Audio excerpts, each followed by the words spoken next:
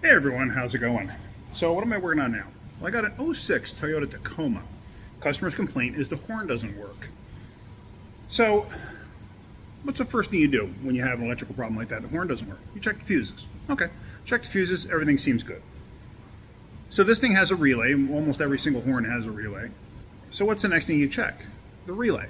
Okay, how do most people check a relay? Hit the horn, listen for a click.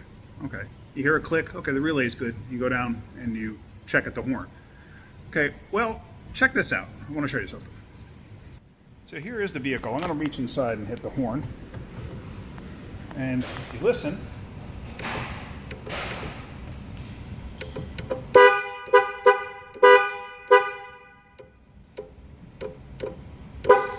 see that?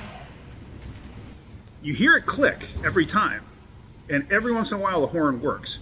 It wasn't working there for quite a long time, and all of a sudden it started working again. So I started thinking about it. I was like, I bet you anything it's a bad relay. Relay's clicking, that doesn't mean anything. Just because a relay clicks doesn't mean it's making contact. So I have a test relay. It's not the right relay for the vehicle, so we're only going to use it for testing purposes. Let me show you. Actually, let me hit the horn a couple more times. Of course, it's working every single time. There it goes. But you could hear it like making a boop, boop, boop noise. So this is the horn relay. Pop that out. Whoops. Knocking my stuff over here. Like I said, it's not the right relay for the car, but it will work.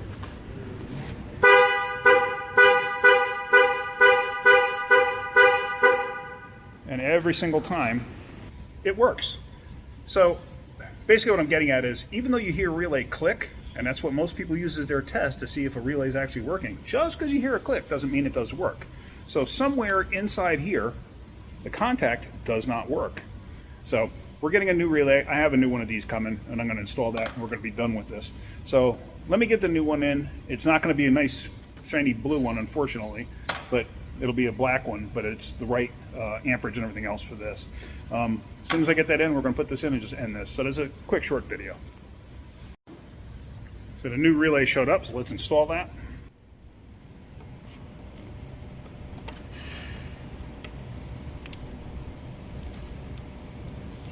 Make sure it's nicely seated. So there we go. All good. Now, I'm going to get that back on.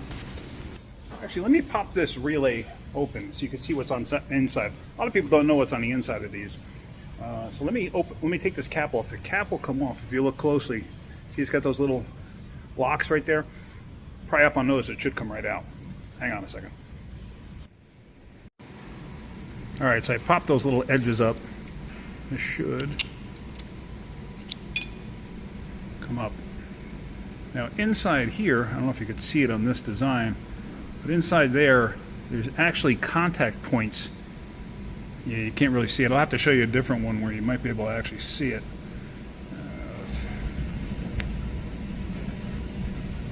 Actually, they're inside there. Very difficult to see though. But they contact, see the drum up top there? This top piece, right at the bottom inside there. Put this down.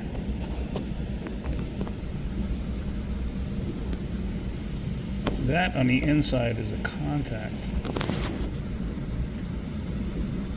Right in there, where those two silver pieces are.